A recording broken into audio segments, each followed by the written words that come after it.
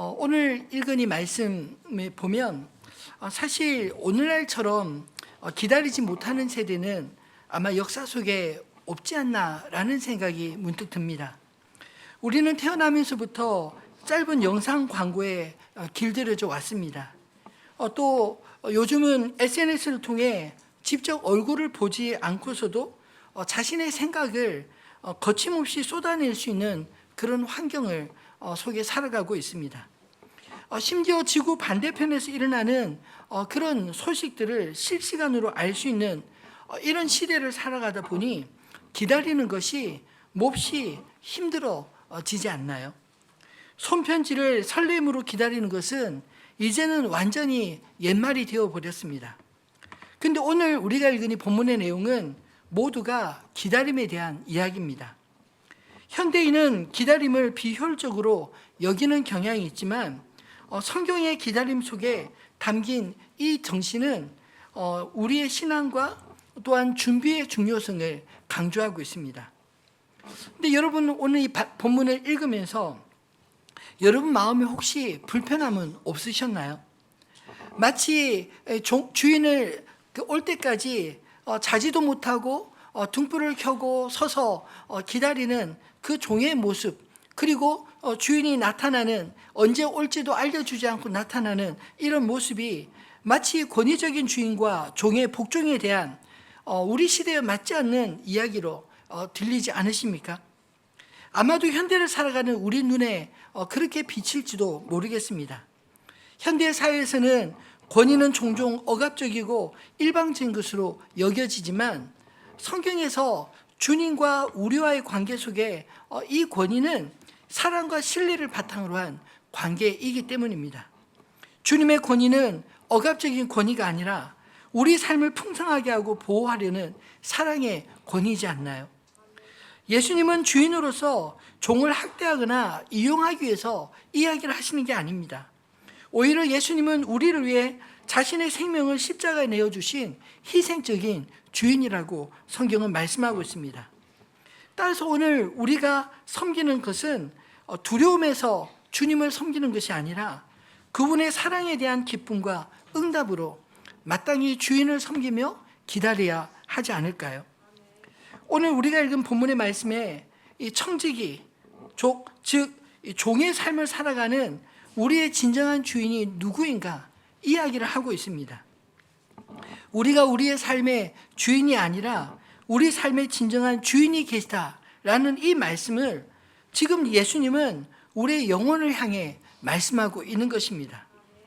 청직이나 종이라는 표현은 현대인들에게 익숙하지 않을 뿐 아니라 거북스럽까지 한 것이 현실이지 않나요? 왜냐하면 내가 모든 것을 주체적으로 결정하고 선택하며 살다 보니 내 인생은 나의 것이란 이런 생각이 압도적이지 않습니까? 그런데 그런 착각에 깨어지는 순간은 반드시 우리 인생 중에 찾아옵니다. 내 인생이 선택할 수 없는 것을 마주할 때가 바로 그런 시간이 아닌가요? 사실 우리가 태어남과 우리의 죽음은 우리가 선택할 수 있는 게 아닙니다. 또한 우리의 자녀들 역시 우리가 모든 것을 다 자식을 위해 사랑하고 할 수 있는 것 같아 보이지만 때로는 자식의 문제조차 우리가 감당할 수 없을 때가 참 많이 있지 않나요? 여러분, 우리 육신이 내 몸이지만 그러나 내 몸의 질병조차도 우리는 스스로 어떻게 감당할 수 없는 그런 연약한 존재입니다. 이런 우리의 현실을 마주할 때 그것도 우리가 아무런 준비 없이 우리 인생의 한계에 부딪혀 오는 것, 이것이 바로 우리 인생의 주인은 내가 아니라는 것을 보여주는 말씀이 아닐까요? 사실 오늘 본문의 이야기는 우리의 진정한 주인이 계시며 그 주인이 우리에게 맡겨주신 것을 우리가 어떻게 감당하며 자기 본분에 맞게 살아야 하는지를 알려주고 계십니다. 주인을 기다리는 종의 모습은 단순한 복종이 아니라 신뢰받고 맡겨진 사명을 감당하는 기회를 받았다는 것을 의미하지 않을까요?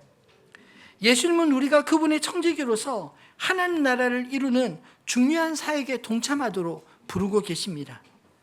성경에서 종이 주인을 기다리는 이런 시간들은 단순히 억압적으로 마지못해서 일하는 시간이 아니라 주님의 뜻을 이루고 하나님 나라의 가치에 동참하는 그런 시간이라는 것입니다. 마태복음 15장 14절로 30절의 달란트 비유의 말씀처럼 우리는 주님이 맡기신 달란트를 활용할 기회를 받았습니다. 그리고 마지막 주님이 오실 때 우리가 활용한 달란트로 얼마나 잘 살았는지를 주님의 잔치에 참여하는 자들로 성경은 이야기하고 있지 않나요? 오늘은 성탄 전야를 미리 맞는 주일입니다. 성탄절은 저는 기다림의 완성이자 새로운 기다림의 시작의 시간이라 생각합니다. 예수님의 초림은 구약의 하나님께서 선지자들을 통하여 약속을 이루신 메시아 탄생의 소식이었습니다. 또한 예수님이 우리에게 들려주신 이 신약의 모든 말씀들은 주님이 재림하실 것을 또한 말씀하시고 우리가 그 재림을 기다리는 사람들인 것을 표현하고 있지 않나요? 시편 123편 2절 말씀을 같이 읽어볼까요? 상전의 손을 바라보는 종들의 눈같이 여주인의 손을 바라보는 여종의 눈같이 우리의 눈이 여호와 우리 하나님을 바라보며 우리에게 은혜 베풀어 주시기를 기다리나이다. 아멘. 우리가 하나님을 바라보는 그 마음이 어떠해야 하는지 오늘 이 말씀 속에는 마치 종이 주인의 처분을 바라며 주인의 은혜를 기다리는 것처럼 우리가 그렇게 주님을 기다립니다. 이렇게 노래하고 있지 않나요? 여기서 기다림은 믿음을 전제로 한 행위를 말합니다. 세상의 기다림은 불확실한 것을 기다리지만 성경에서 말씀하시는 이 기다림, 종이 주인을 기다리는 이 기다림은 주님의 확실한 약속을 근거로 하고 있기 때문입니다. 성경은 하나님의 약속과 성취의 이야기들로 가득합니다. 오늘 본문에서 기다리는 종들에게 주시는 이 주님의 약속 역시 우리에게 주시는 하나님의 약속으로 받는 저 여러분이 되기를 소망합니다. 기다리는 종들에게 주시는 주님의 첫 번째 약속은 무엇이냐면 주님을 기다리며 깨어있는 자 복이 있도다 라는 말씀입니다. 예수님은 이미 약속하신 대로 오셨고 또 약속하신 대로 다시 오실 것입니다. 예수님께서 이 땅에 오심으로 하나님 나라가 도래하지 않았습니까? 성탄은 우리에게 구원의 기쁨과 하나님 나라의 시작을 알리는 위대한 사건이었습니다. 그러나 예수님은 이미 오셨을 뿐만 아니라 다시 오실 재림의 주인이시기도 하십니다. 오늘 본문의 이야기는 다시 오실 주님을 종으로서 어떻게 기다려야 하는지 말씀하고 있기 때문입니다. 35절로 38절 말씀을 같이 읽어볼까요? 허리에 띠를 띠고 등불을 켜고 서 있으라. 너희는 마치 그 주인이 혼인집에서 돌아와 문을 두드리면 곧 열어주려고 기다리는 사람과 같이 되라. 주인이 와서 깨어있는 것을 보면 그 종들은 복이 있으리로다. 내가 진실로 너에게 이르노니 주인이 띠를 띠고 그 종들을 자리에 앉히고 나와 수종들리라. 주인이 혹 2경이나 혹 3경에 이르렀어도 종들이 그와 같이 하고 있는 것을 보면 그 종들은 복이 있으리로다. 아멘. 어떤 종들이 복이 있다라고 말씀하나요? 특별히 예수님이 들려주신 이 말씀을 보면 유대인의 혼인 잔치를 비유로 들어 설명하고 있습니다. 유대인의 혼인 잔치는 세 단계로 이루어졌다고 합니다. 첫 번째 약혼은 법적으로 결혼으로 간주되며 약혼 후에도 신랑과 신부는 일정 기간 별거 상태로 지냅니다. 그렇게 기다리는 동안 더 사모하는 마음이 생기지 않을까요? 이 기간 동안 신랑은 신부를 데려오기 위해 자신의 집이나 아버지 집에 신부를 위한 방을 준비합니다. 그리고 혼인식은 신랑이 신부를 데리러 가며 예식은 종종 밤에 시작이 되었습니다. 신랑은 친구들과 함께 신부의 집으로 행진할 때 신부와 신부의 들러리들은 등불을 들고 기다립니다. 신랑이 신부를 데려온 후 신랑의 집에서 마지막 하이라이트로 혼인잔치가 열립니다. 이 잔치는 며칠에서 길게는 일주일까지 이어졌습니다. 결혼식이 보통 밤에 이루어져 신랑과 신부가 잔치를 마친 후 신랑의 집으로 돌아올 때는 늦은 밤이나 새벽이 되는 경우가 흔했습니다. 예수님의 이 비유에서 주인이 혼인집에서 돌아오는 이야기는 그 당시 사람들에게는 자연스럽게 이해할 수 있는 상황이었을 것입니다. 혼인잔치가 끝나고 신랑이 돌아올 때 종들은 어떻게 해야 하나요? 주인이 돌아올 시간은 불확실하지만 종들은 반드시 주인이 올 것을 알기에 언제든 주인을 맞이하도록 깨어있어 준비해야 했습니다. 저희 집에 제가 좀 늦게 들어가면 누가 가장 기쁘게 맞을까요? 저희 집 아이들이 아니라 고양이가 저를 맞으러 늘 쫓아옵니다. 자다가도 제 차 엔진 소리만 들으면 어떻게 하는지 귀신같이 막 달려와서 꼬리를 흔들면서 달려오는데 저희 아이들은 제가 와도 자기 할 일들을 하느라 왔냐고 인사도 안 합니다. 요즘 그래서 아마 집집마다 고양이나 강아지들을 키우는 것 아닌가 싶습니다. 근데 여러분 주위에서 생각해 보십시오. 우리가 주님 앞에 섰을 때 우리의 자리가 고양이나 강아지보다 못한 대우를 받지 않아야 하지 않을까요? 우리의 위치를 강아지나 고양이에게 빼앗기지 않기를 간절히 소망합니다. 여러분 주인이 돌아왔을 때 즉시 문을 열어 환영하는 것이 그들의 의무지 않았을까요? 만약 주인이 왔는데 문을 걸어 잠그고 열어주지 않는다면 어떻게 될까요? 그 중요한 혼인식의 주인공 신랑과 신부를 맞이하지 못하는 종들은 호되게 혼나지 않겠습니까?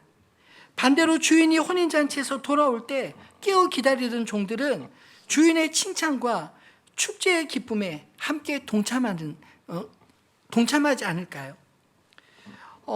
이 기다림의 비유는 그런 의미에서 이 종들에게 불리한, 종들에게 어려운 그런 요구를 하는 것이 아니라 주인의 즐거움에 참여하는 자 되라. 그런 자는 복이 있다. 이렇게 말씀하고 있습니다. 그 다음 다른 비유는 39절로 40절에 소개되는 도둑 비유입니다. 이 말씀도 같이 읽어볼까요? 너희도 아는 바니 집 주인이 만일 도둑이 어느 때에 이룰 줄 알았더라면 그 집을 뚫지 못하게 하였으리라. 그러므로 너희도 준비하고 있으라. 생각하지 않은 때에 인자가 오리라 하시니라. 아멘. 예수님께서 자신이 다시 오실 것을 도둑이 집을 터는 것으로 비유를 드신 것은 주님의 재림이 예측 불가능한 사건임을 강조하기 위함입니다. 아니 도둑이 언제 내가 방문할 테니 준비하고 있으시오 이렇게 통보하는 도둑이 있나요? 전혀 통보하지 않고 오히려 주인과 모든 종들이 다 잠들 때까지 기다렸다가 몰래 오지 않겠습니까? 이와 같이 예수님의 재림의 때와 시기는 성경에서 침묵하고 있습니다. 아무도 알지 못하는 때, 아무도 생각지 못하던 때 주님이 반드시 오시리라 말씀하고 있지 않나요? 그러므로 주님이 언제 올지는 모르나 그러나 깨어있는 자는 도둑을 맞지 않을 것입니다. 깨어있는 자에게는 그날이 갑자기 오지 않을 것이라는 말씀이지 않나요?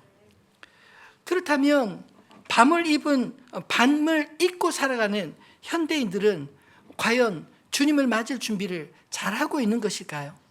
여러분은 보통 언제 주무십니까? 옛날 농사 지는 시기는 일찍 자고 일찍 일어났습니다. 근데 요즘 우리 현대인들은 보통 밤 12시 넘기는 것이 예사롭지 않나요? 좀 다른 일을 하다 보면 또 아이들이 게임을 하다 보면 밤 새벽을 꼴딱꼴딱 세우는 일이 참 많습니다. 여러분 놀기 위해서 깨어있으라는 그런 말일까요? 주님을 맞을 수 있도록 준비하며 깨어있으라는 말씀인 줄로 믿습니다. 주님을 맞을 준비하며 깨어있는 사람은 종들은 칭찬을 받지만 그러나 마땅히 맞을 준비를 하지 않는 종들은 마지막 47절 48절을 보면 많이 맞을 것이다 이렇게 말씀하고 있지 않나요? 사랑하는 성도 여러분, 주님을 맞이하실 준비가 되어 있는 종들이 되기를 바랍니다. 주님께 맞을 준비하지 않게 되기를 소망합니다. 이 깨어있음의 의미는 일상이 예배가 되는 삶을 의미합니다. 깨어있다는 것은 단순히 긴장 속에 사는 것이 아니라 주님을 중심에 둔 삶을 의미하지 않을까요? 현대사회에서는 이 상관의 눈치를 보지 않고 그냥 자기 마음대로 하는 경우가 참 많이 있지 않나요? 그러나 오늘 본문에서 깨어있다라는 이 의미는 주님의 뜻에 민감하고 주님의 뜻에 자신을 적극적으로 맞춘다, 이런 뜻입니다. 그래서 마땅히 잠을 잘 수도 있는 시간이지만 주인이 아직 오지 않았기 때문에 주인이 올 때를 준비하고, 그리고 신랑과 신부가 올 때를 준비하는 그런 준비된 종에 대하여 복이 있으리라, 이렇게 말씀하고 있는 게 아닐까요? 사랑하는 성도 여러분, 우리 일상 속에 주님의 임재를 의식하고 맡겨진 일을 사랑과 기쁨으로 행할 때 깨어있는 청지기의 삶을 살아가게 되는 줄 믿습니다. 주님은 우리가 생각지 못한 때 반드시 오는 줄 믿으시기 바랍니다. 그래서 에베소서 5장 15절로 16절에 이렇게 말씀하고 있습니다. 그런즉 너희가 어떻게 행할지를 자세히 주의하여 지혜 없는 자같이 하지 말고 오직 지혜 있는 자같이 하여 세월을 아끼라. 때가 악하니라. 여러분, 주님이 언제 오실지 알지 못하는 이 시대, 세월이 무척 악한 줄 믿습니다. 우리를 영적으로 잠들게 하는 이런 시대, 다른 것들, 하나님 아닌 다른 것들에 우리의 모든 관심을 쏟게 만드는 이런 시대가 바로 때가 악한 시대가 아닐까요? 바로 이때 우리가 세월을 아껴 지혜 없는 자같이 하지 말고 오직 지혜 있는 자같이 깨어 주님을 기다리는 저와 여러분 되기를 소망합니다. 두 번째로, 기다리는 종에게 주시는 주님의 약속은 반드시 와서 행한 대로 갚으리라 라는 말씀입니다. 베드로는 예수님의 이 비유의 말씀을 듣고 주께서 이 비유를 우리에게 하심이니까 아니면 여기 있는 모든 사람들에게 하심이니까 물었습니다.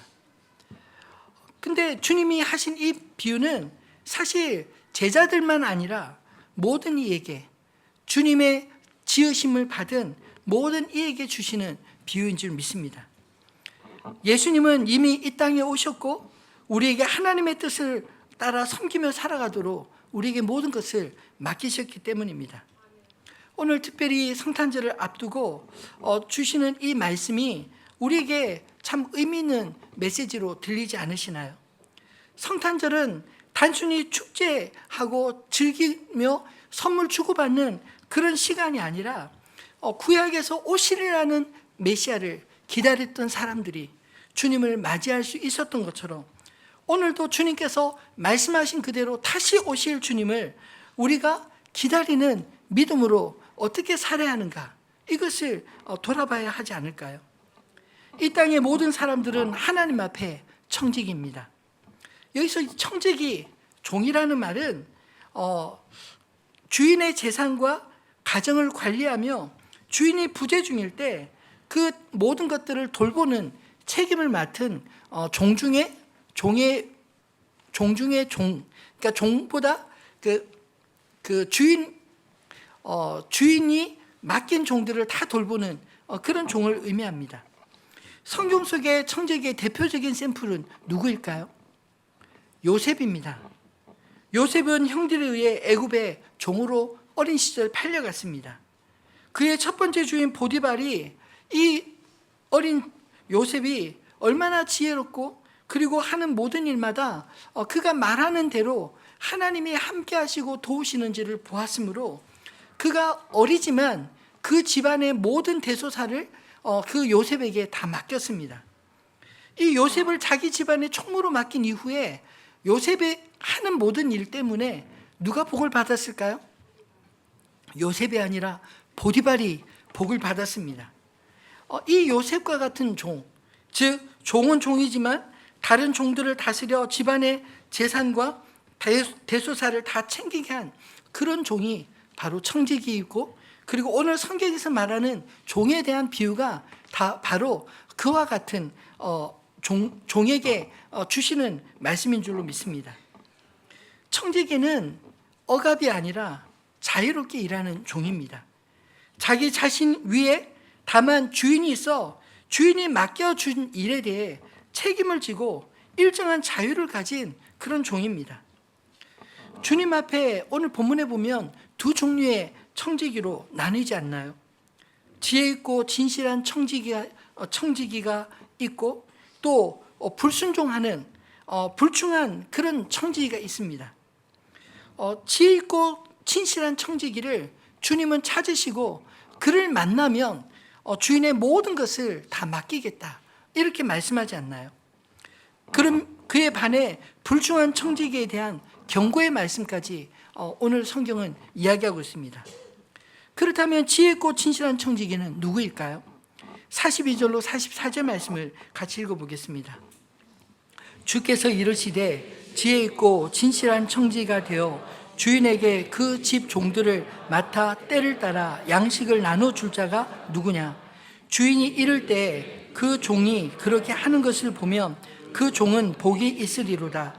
내가 참으로 너에게 이르노니 주인이 그 모든 소유를 그에게 맡기리라. 아멘. 지혜는 상황을 따라 올바르게 판단하고 행동하는 능력이고, 진실은 신뢰를 바탕으로 한 충성을 의미합니다. 따라서 여기 지혜 있고 진실한 청지기는 주인의 뜻을 신실하게 따르고 자기에게 맡겨진 일에 책임감 있게 감당하는 그런 사람을 의미하지 않을까요? 예수님은 마지막 때에 그런 사람을 찾으신다라고 말씀합니다. 때를 따라 양식을 나누어 줄 자는 청지기가 자신에게 맡겨진 자들에게 필요한 때에 적절한 것을 채워줄 줄 아는 사람, 그런 청지기를 지혜롭고 진실한 청지기라고 합니다. 그는 하나님의 말씀과 뜻을 따라 세상과 교회 안에서 맡겨진 사명을 신실하게 감당하는 자 아닐까요? 주님은 그런 사람을 볼 때 그 종은 복이 있으리라 라고 말씀합니다. 여러분, 주님이 재림하실 때 신실한 성도들에게 주실 영광과 보상, 저와 여러분이 마땅히 누려하지 않을까요? 어떤 보상이 약속되었습니까? 주인이 그 모든 소유를 그에게 맡기리라 하십니다. 이 땅에서는 일을 잘하면 일을 더 많이 맡겨서 사람들이 일을 잘 안 하려고 합니다. 적당히 하자. 괜히 일 잘하면 더 많이, 똑같은 시간 일해도 더 많이 일을 시키니까 적당히 하자. 이런 풍조가 요즘 만연해 있지 않나요? 근데 여러분, 하나는 알고 둘은 모릅니다. 적당히 일을 하는 사람은 적당한 자리에 머물 수밖에 없습니다. 그런데 열심히 일을 하는 사람, 그 상관의 의도를 정확하게 꿰뚫고 열심히 최선을 다해서 일하는 사람은 일을 더 많이 할 가능성이 높습니다. 그런데 자기 혼자 일하지 않고 그 밑에 사람들을 두고 일을 더 많이 시킬 수 있는 사람이 될 가능성이 높은 줄 믿습니다. 그게 오늘 성경이 이야기하는 말씀 아닌가요? 일을 많이 하니까 더 많은 일을 맡기겠다, 그 말이 아니라 더 많은 일을 맡기는데 함께 일할 수 있는 더 많은 사람을 붙여줄 것이다. 그가 감당할 수 있는 만큼 더 많이 일을 주리라.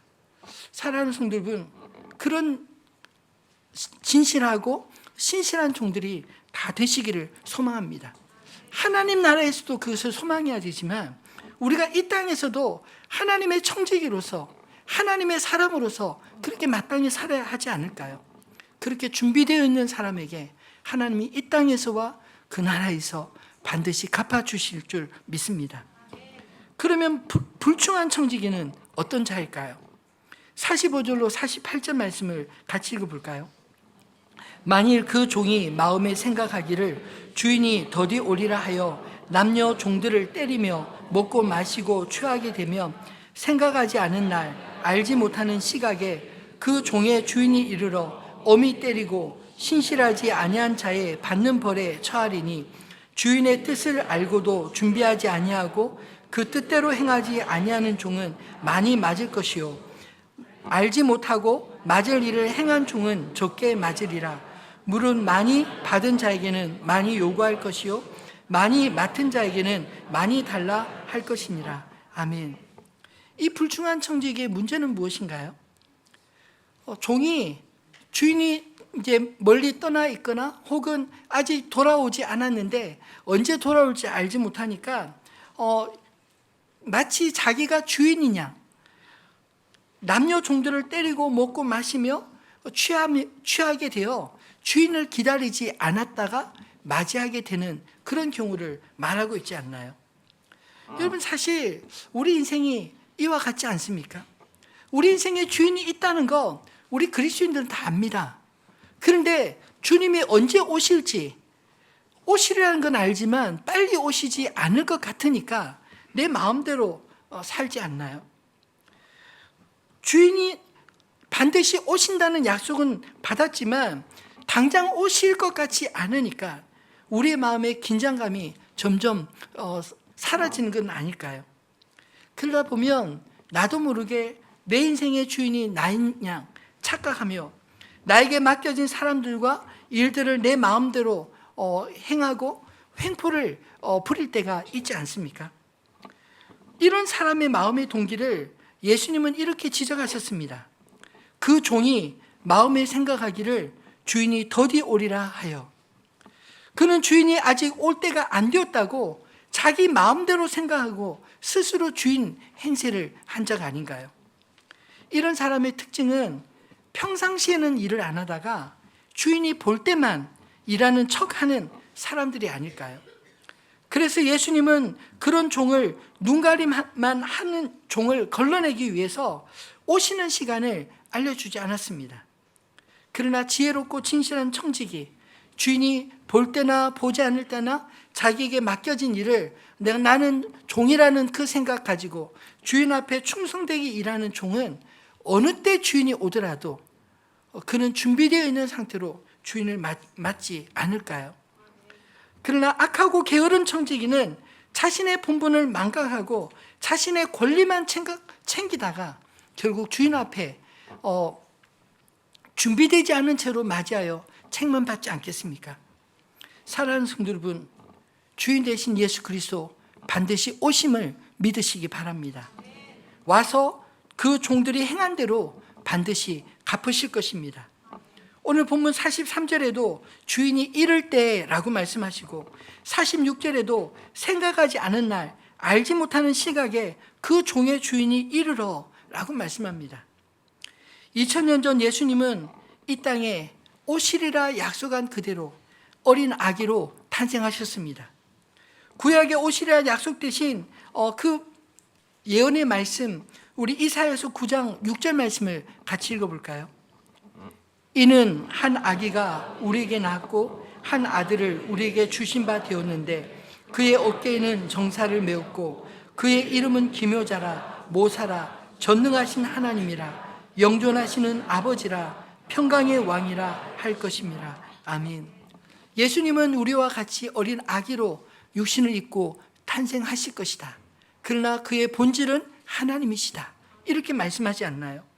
그리고 이사야서 53장 말씀에 보면 우리를 위하여 십자가의 화목 제물로 우리를 위하여 맞고 우리는 주님이 맞으실 때마다 우리에게는 자유함을 누리게 되었다. 이 이야기를 이사야서 53장 3장에서 종의 노래로 주님의 죽으심을 미리 예언하고 있지 않나요?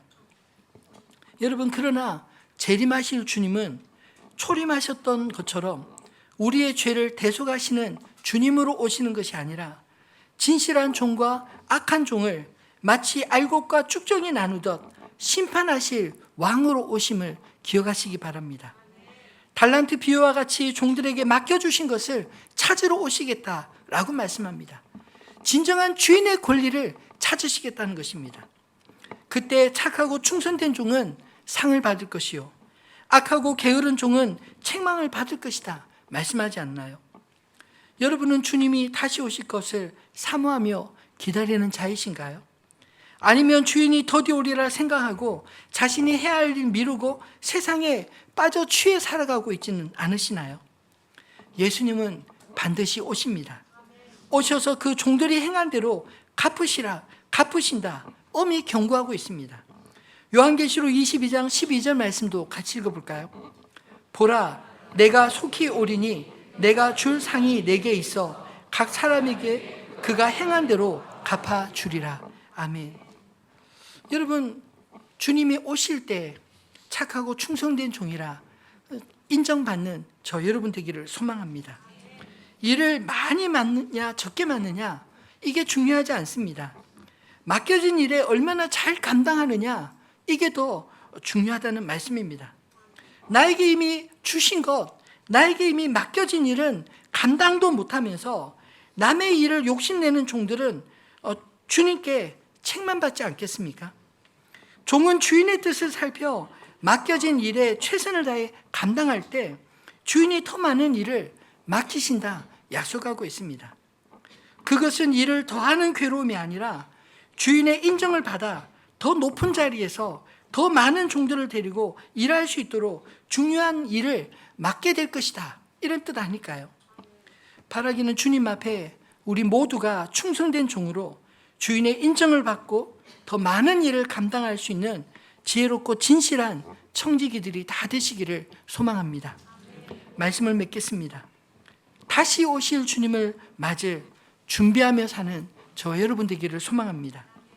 성탄절은 주님의 초림을 기뻐 축하하며 다시 오실 주님을 기다리는 우리의 믿음을 새롭게 하는 날인 줄 믿습니다. 주님의 오심은 우리에게 축복이자 도전이 될 것입니다. 그날을 위해 우리는 항상 준비된 삶을 살아야 된다. 성경이 이렇게 우리에게 말씀하고 있지 않나요? 저는 기다림은 영성이라 필요하다고 생각합니다. 왜냐하면 이 기다림이라는 것은 믿음을 요구하기 때문입니다. 주님이 분명히 오시라는 것을 믿고 그리고 그 오실 주님을 기다리는 삶, 이것이 진정한 영성이 아닐까요? 사랑하는 성도 여러분, 그렇다면 기다림의 영성을 어떻게 실천할 수 있을까요?